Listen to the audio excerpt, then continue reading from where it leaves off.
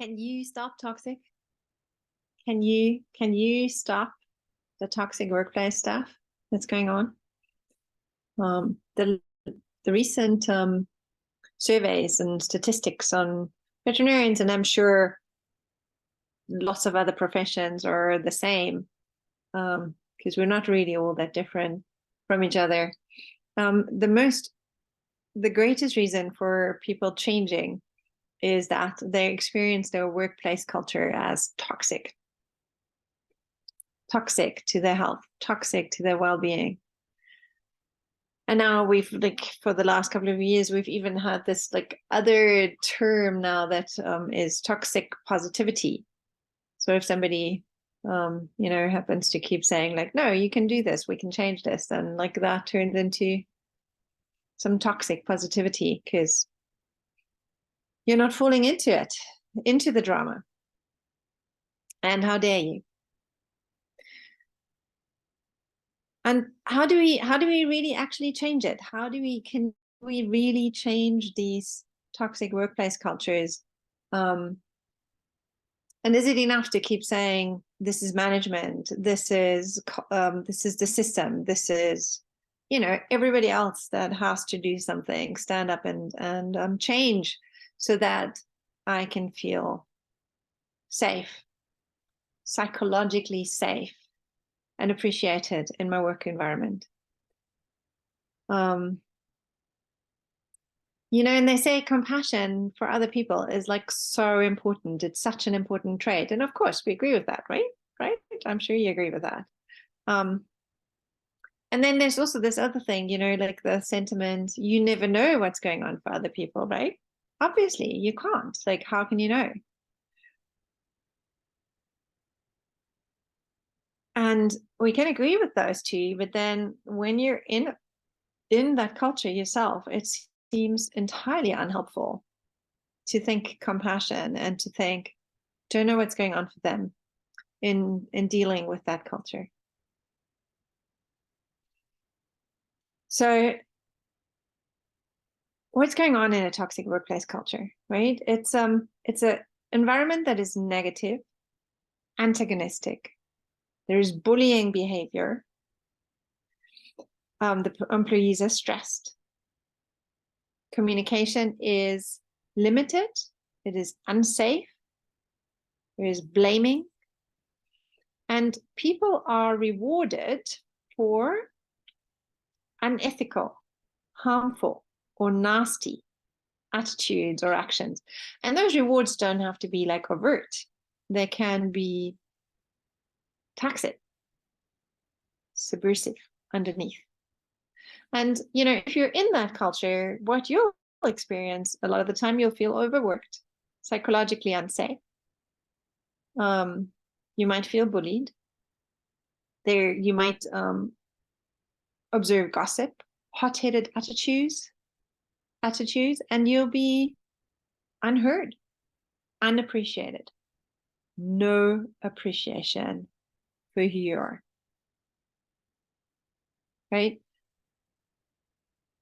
I think most of us who've been in the job market for a while have come at least through one of these kind of workplaces at some stage.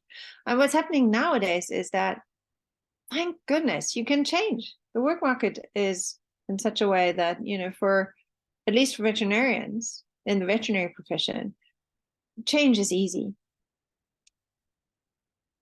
But is it, maybe, do we lose something by just walking out? Do we lose something by just putting up a wall and saying, I don't do that? And don't get me wrong, this is a good learning.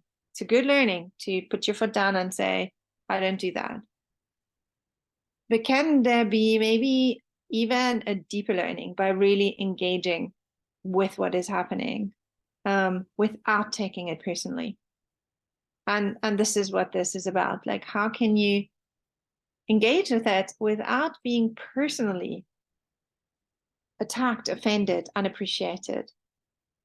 How can you be in the middle of that and say, it stops with me? So, that kind of a culture that has grown over years. And if you're somebody new coming into it, it seems you can pretty much pin it down quite easily to 2 or 3 people, maybe just a small group, maybe it's a manager, maybe it's, you know, the vet in the olden days. It often used to be the vet that threw the instruments around. Or is it just a small group that keeps perpetuating this kind of thing, gossiping, you know, looks, underhandedness. And so, of course, it seems hard to do anything about it. Like, it seems impossible, right? And the best thing to do seems to just leave. Leave, get out of there, find another position. Because there's nothing you can do, right? That's what it seems like. There's nothing you can do. But it's still true that compassion is so important, and that we don't know what's going on for somebody else, and still we judge. So how can you use that to change, to start changing a toxic culture? So just imagine for a moment, like maybe this is your work, or maybe you can just imagine it because you've never been in it, which is just as well for you. Or it's, you know, something in your past. And so imagine one of those people that perpetuate that toxicity. Think about what's going on for them for a moment. Just think about what's going on for them. You know, what's happening for them? Maybe they've got a stressful home life. You know, you don't know. Maybe they're worried about money. Maybe they're worried about money. That can stress people. Or maybe they have a hidden disease that worries them, or maybe they have a sick child, a sick parent. You know, what's the stress that's behind it? Where is it? What's causing this? Or maybe you even know them enough and you know that none of these is going on for them, and they still behave like this. So that might totally be true. But in that case, maybe it is something that happened to them in the past. Something that shattered their trust in the world. Some form of abandonment that made them learn that the only way to be safe and get the support or the appreciation, the seeing them that they crave, the only way to fix that pain back then was to judge, complain, blame, point fingers, maybe even being underhand and hateful. Maybe that was the only way they could feel safe. It's possible, right? It's possible. There is that possibility. Yeah, I do see kids like that, right? Bullies, and with no home life to speak of. So we don't know what's going on for them. We don't, right? And so when we look at the big picture of this toxic work environment, it's an impossible thing to solve. It's just too much going on. You know, too many instances, too ingrained. Like, yes, nothing I can do. But when you take one of these people out there and you look at that one person, just that one person, you might just start thinking, what might be there? What's there? What is it? And, you know, and looking at it like that, you can access just a little understanding. And just a little, like, oh, okay, like, yeah, I see there is stress, there is pain, there's hurt, it's there. And with that understanding, you know, what comes is a little bit of compassion. And compassion in the meaning of willing to be with them, not against them, but willing to be with them for just a little part of the way. You know, maybe even helping, but just allowing myself to be with them. And once you allow yourself, you can also start seeing things that you might be able to do, you know, instead of erecting that wall, that boundary, going like, nope, not doing that. Maybe we can let them in a little bit, because it's no longer personal. You know, they're still being underhand, they're still being brusque, they're still being hateful, but it's not personal. It's not, it doesn't, the arrow that they shoot does not reach me, right? And so maybe I can let them in. So I'm not letting in their hateful comments. I'm not letting in their action, but I'm letting in that person underneath, the person that that maybe would benefit from some warmth, right? That person that's probably hurt, because this is why some of us act up like that, because there was some hurt. And why should you even care? Why should you care? If you've been on the receiving end of this, you might be thinking, why should I care? Like, is it my business to, like, change stuff for them? Like, they're just being positively hateful. They're making my life horrible. They're underhanded.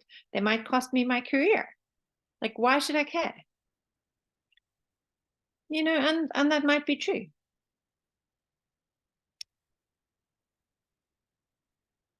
But the suggestion is to consider that the reason you should care is because the only place where you can change that culture is by being a role model in conduct, in positive conduct after being hurt. Right? It's like with kids, you don't, you understand why a kid would hit you. Like that, like little 3-year-old or 4-year-old that like starts to hit you because they don't get a sweet. Like, yeah, you can understand it. It's like, oh my goodness, it's so hopeless, powerless thing to, want that candy and not being able to get it. But you don't, hit them back.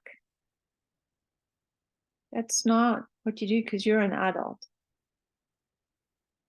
So you watch, you let it go on until it's run its course, and then you talk about it, right? It's understanding. It's a childish reaction. It doesn't have to be personal. I don't have to take it personally. All right. And if you want to be a role model, the one place you have to change, the one place you have to work on is that antagonism in yourself, making sure it's not personal. And not just by saying like, oh no, I don't take things personally, but by going to the place where these arrows hurt you and investigate there and see, why is it that I'm hurt? This person's telling me I'm not doing it right. Like, what? I know I am. Don't have to take it personally. So, and the thing is, and this is the reason why it's so hard for us to be with this and to grow in this, because we don't know what's going on for other people. But even less, listen to this piece, even less, we know what's going on for ourselves. Because this is what's happening. We don't know what's going on for them, but even less, we understand why we end up in this situation, maybe again, and why this is so triggering. Why am I being the target here? Why can't I just be calm? These are the real questions. These are really the questions that need investigating. This is where self-awareness comes in. This is where it's really important. This is where you want to go if you want to be someone who can change this and not just walk out. Because do you know why you are triggered? Right? And once you get there, once you get to that place, you go like, oh, what can I learn here? What can I learn? What is there for me? Why am I ending up in this toxic place? Not in a way of like, how did I deserve this? This is so unfair, but in a way of like, what is there for me to learn here? This is life school. Why am I in this class? What is my learning here? And we don't do that because we often don't know how to distill these learnings for ourselves. And so we erect a wall. Right? So there is a lot of talk about boundaries, and boundaries are important. Like there's no, on so many levels. And what I'm saying here does not exclude having a firm boundary at all. And potentially all that you need to learn in a situation like that is to say, you don't talk to me like that. And if you do it one more time, I am out of here. Maybe that's all you needed to learn. And then that's fine. And then you move on, and you move out, and you move on. And that's it. But when you get to a place of like, oh, and so you move on, and then the next workplace, and like you're a year in or so, and like here it starts again, you can see it. So why then? What is it about you? And then you also start to doubt, isn't it? You start to go like, am I bringing this in? What is it in me that attracts this? And so you want to get to a place where you can say, I know this. I know this, and I know what to do to change this. And at that point, when you're asking about yourself, what is it that I'm bringing in here? What is that I can learn here? At that point, you start to get some clarity, because it takes courage to do that. It really takes courage to shine the spotlight around. It's like the turnarounds of the work, Byron Katie's work. The turnarounds, always we judge, and then we turn it around to ourselves, and we go like, how is it that I'm aggressive? How is it that I'm underhanded? And you can always find it. Always. There is, like, if you tell yourself, I don't do that, that's trying to suppress something you don't want to know about yourself, because it takes courage to look. And if we're starting to slow down and look at what's happening, we're starting to slow down and look at what's happening, then we find that often the first insult that came our way in this culture, we might have been able to excuse or to interpret in a different way. If we had been able to slow down and think about it and look at it, like put it up and go like, different perspective, look at it from here and from there, and like how else? What could this mean? How else could I look at this? And then what I find with the work is that we check our assumptions, and we find that we assumed that this was hurtful. And we assume that it was meant in a harmful way. And that's what we bring in. So this is the real glue, the real exciting thing about relationships is they are not one-sided. They are never one-sided. And it's not like you do one thing and then the other person does another thing. It's an almost simultaneous merging. It's a relationship is like an energy field that is no longer separate. Things are happening, and just like energy fields, the things that are happening are often very, very subtle. So it's really interesting to actually slow these things down and look at them again. So going back to that person that you've singled out in the beginning, right? So there is this first insult.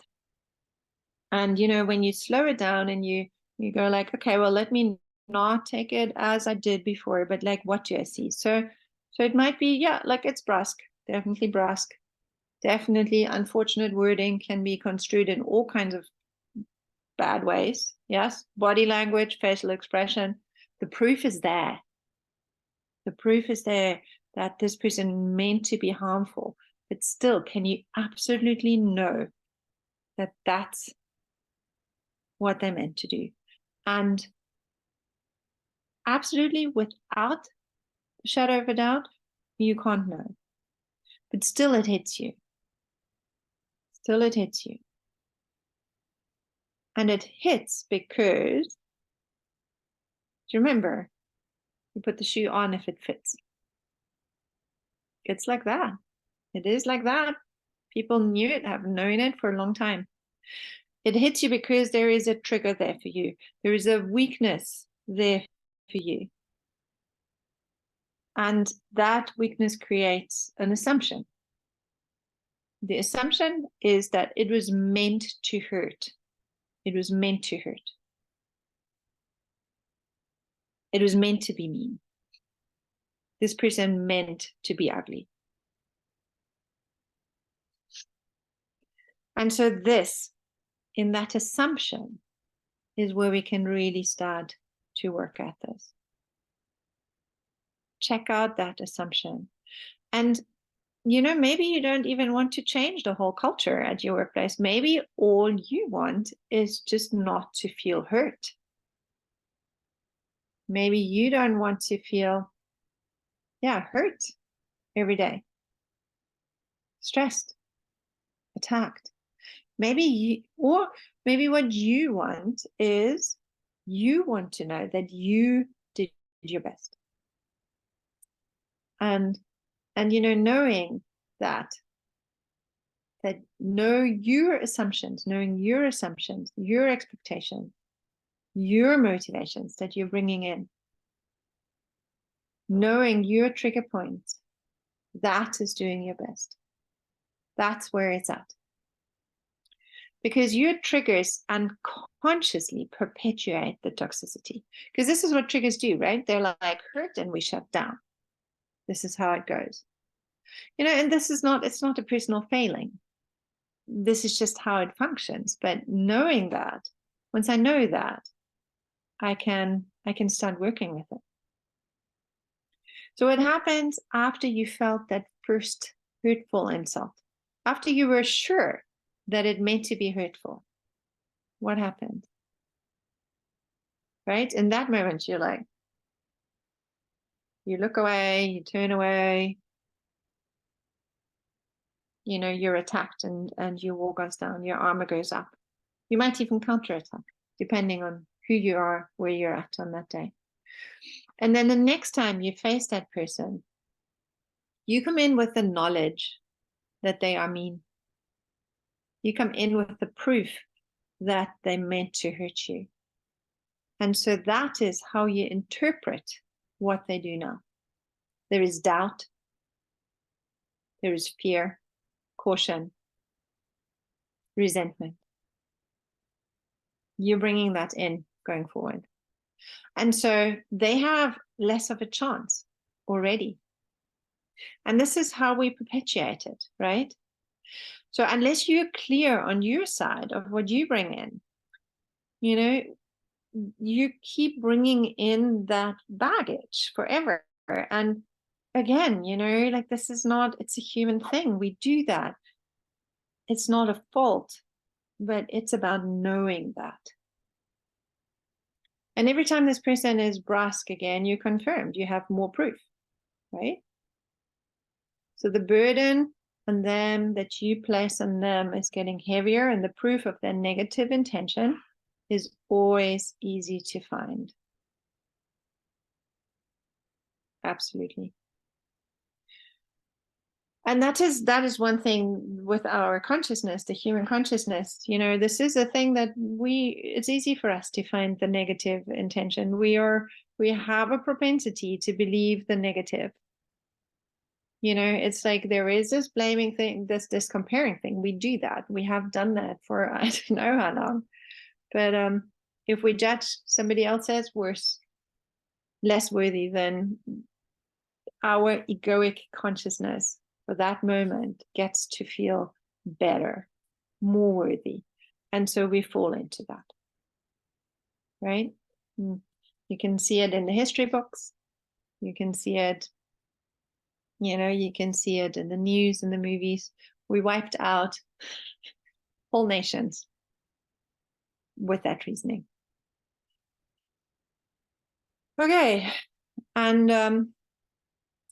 so therefore what? Moving back from the big picture to that person in front of you. So what if that original insult was not what you thought it was? What if? What if it was just them being rushed and it was actually meant kindly? If you look at it like that, you know, and then you come back the next day, you have a little bit of understanding. You know that this person is gruff. You know, their manners aren't very good.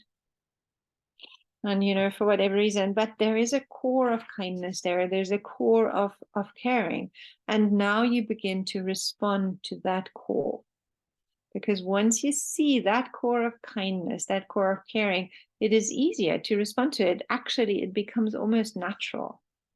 It becomes automatic to respond in kind. And you begin to see this person who everybody else treats as toxic in a different light. And you begin to see that there is a kindness, a softness, and that negative focal point, that negative onus on that particular person, it begins to shift. It begins to shift in your view. And as you treat them differently, other people get to see them in a different light as well. So that is how you can have a positive impact in a toxic culture. That is how.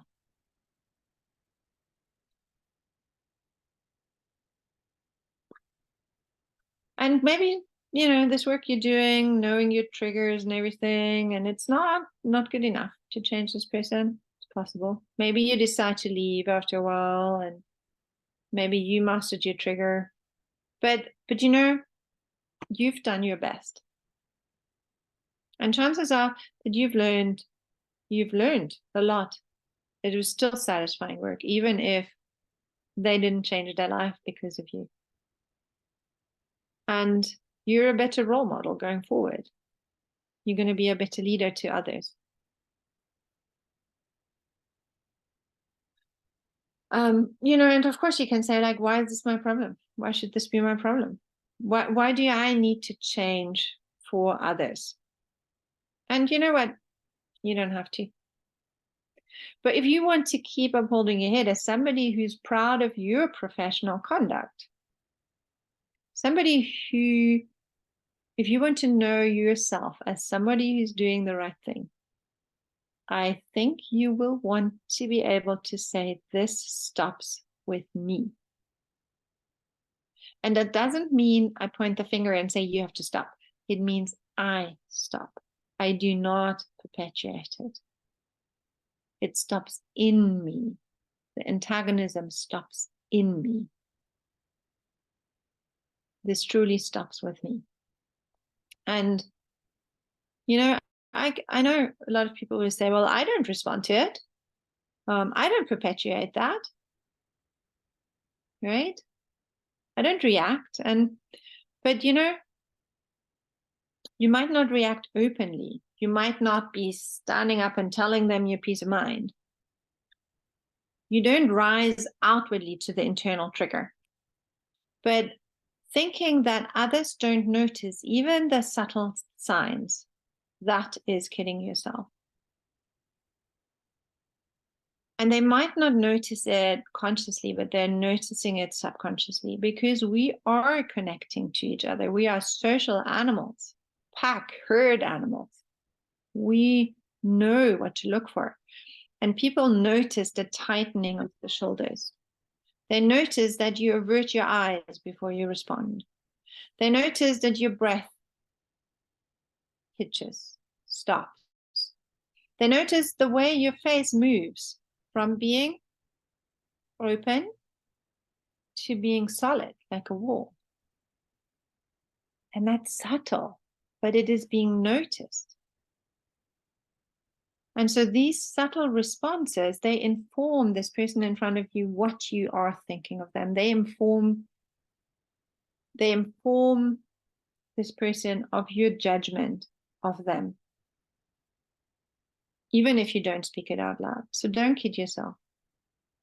Until you can be open from a heart space and you know what is going on for you, you will respond in those ways. And the person in front of you will feel your judgment and will continue to respond to that judgment in negative ways.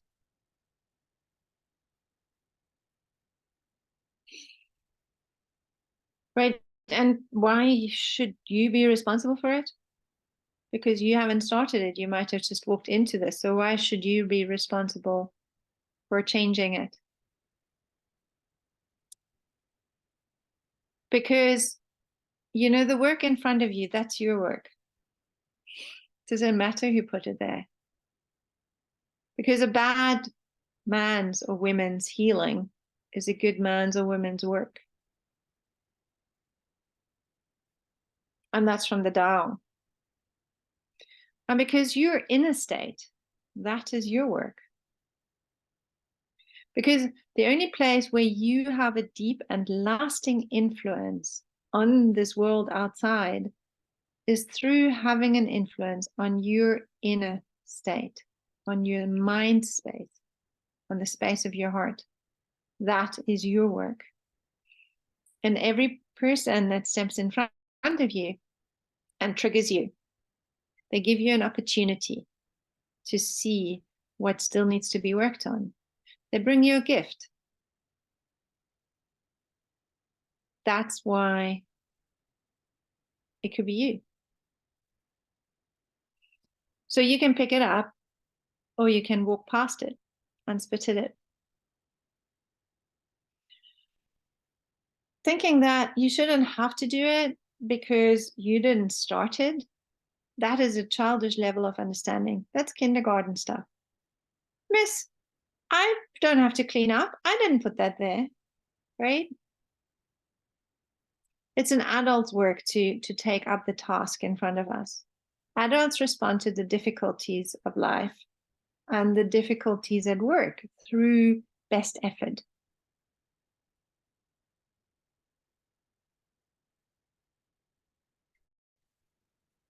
You know, and the toxicity we see, it's like it's a perfect sense if we look at the rest of the world, right? There is a lot of toxicity there. We have such an onus on negativity. You see it in the news and on social media, and the violence in the movies is like, it's incredible, even in Disney movies. So it's not surprising that the workplaces, the schools, the hospitals, everything's toxic and violent. How about let's like two things. The reporting is done on the toxic. There's also a lot of stuff that's happening that's good, but it's not reported. But let's not forget that that's there, because we tend to forget. We really tend to forget that there's so much positivity and so many positive things in the world happening every day. And then also, this is a temporary state. This is, you know, we go through phases, we evolve.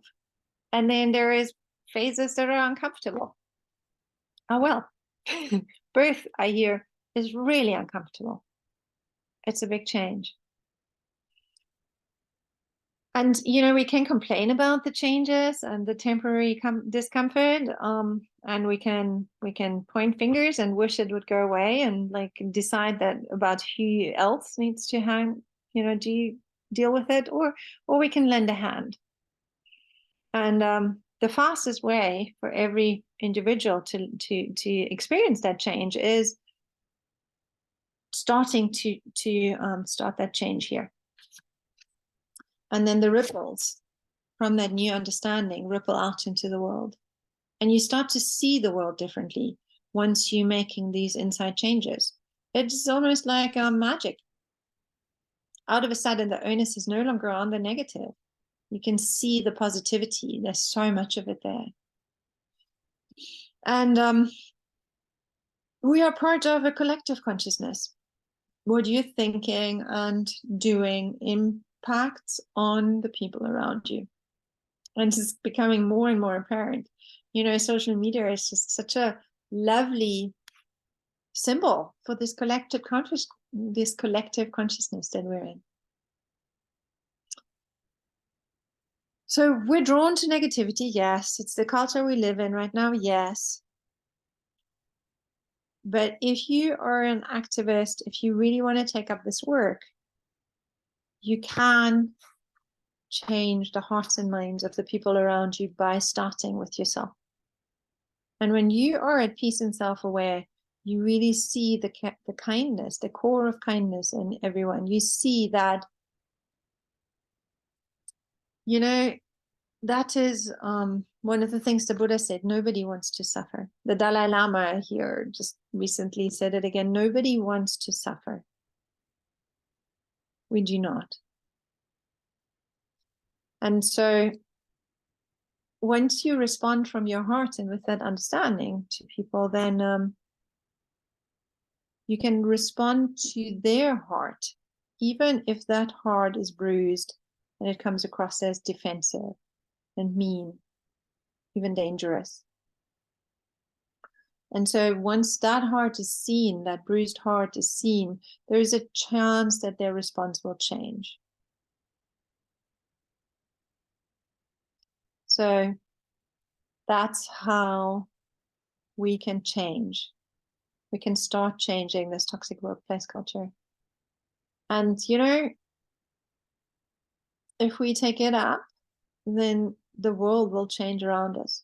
I've seen it. I'm seeing it happening. I see it happening. I do. So your world, your change, that has to start with you. And if you're wondering how to do this, DM me and we'll schedule a strategy call and we'll dive into some of the toxicity at your workplace and see what you can do about it. And I have absolute faith that you can do it because I've seen it in my own life and I've seen it with people I've worked with. Once you take that on, you can see that the change can start with you.